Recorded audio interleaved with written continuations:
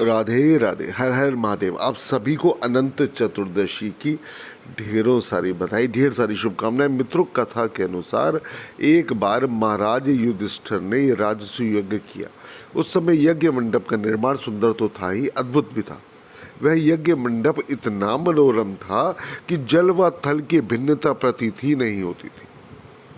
जल में स्थल और स्थल में जल की भांति प्रतीत होती थी। बहुत सावधानी करने के पश्चात भी बहुत सारे व्यक्ति उस अद्भुत मंडप में धोखा खा चुके थे। इसी प्रकार एक बार कहीं से टहलते टहलते दुर्योधन भी उस यज्ञ मंडप में आ गया और एक तालाब को स्थल समझकर उसमें गिर गया। द्रौपदी यह देखकर अंधों की संतान अंधी कहकर उनका उपहास किया। इससे दुर्योधन चिढ़ गया। यह बात उसके हृदय में बाण के समान लगी। उसके मन में द्वेष उत्पन्न हो गया और उसने पांडवों से बदला लेने की ठान ली। उसके मस्तिष्क में उस अपमान का बदला लेने के लिए विचार उपजने लगे।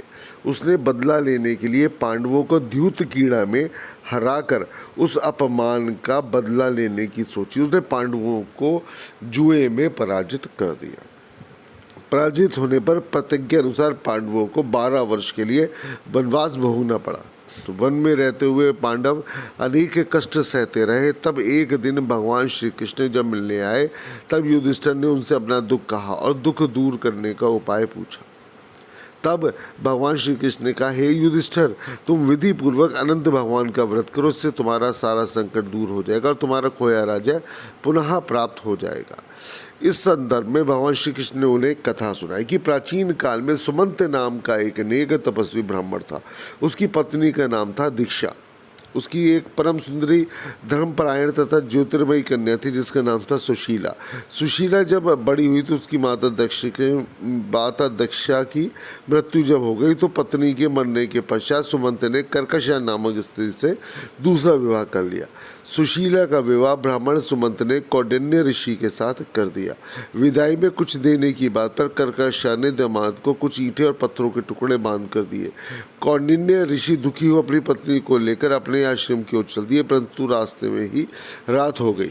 वे नदी तट पर संध्या करने लगे। सुशीला ने देखा वहाँ बहुत सी स्त्रियां सुंदर वस्त्र धारण कर किसी देवता की पूजा कर रही थी। सुशीला के पूछने पर उन्होंने विधि पूर्वक अनंत चतुर्दशी का व्रत बताया और तथा उसकी महत्ता बताई। सुशीला ने वही उस व्रत का अनुष्ठान किया और 14 गांठों वाला डोरा हाथ में बांधकर ऋषि कौंडिन्य के पास आ गई। कौंडिन्य ने सुशीला से डोरे के बारे में पूछा तो उसने सारी बात बता दी।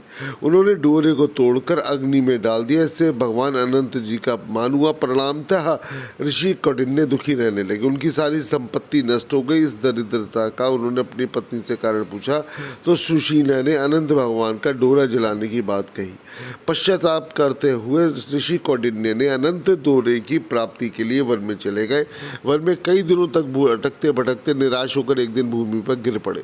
तब अनंत भगवान प्रकट होकर बोले, हे कौंडिन्य, तुमने मेरा तिरस्कार किया था, इसी से तुम्हें इतना दुख कष्ट भोगना पड़ा। तुम दुखी हुए, अब तुमने पश्चाताप किया इसलिए मैं तुम पर प्रसन्न हूँ। अब तुम बताओ क्या करना चाहते हो और अब तुम घर जाकर फिलहाल विधि पूर्वक अनंत व्रत करो।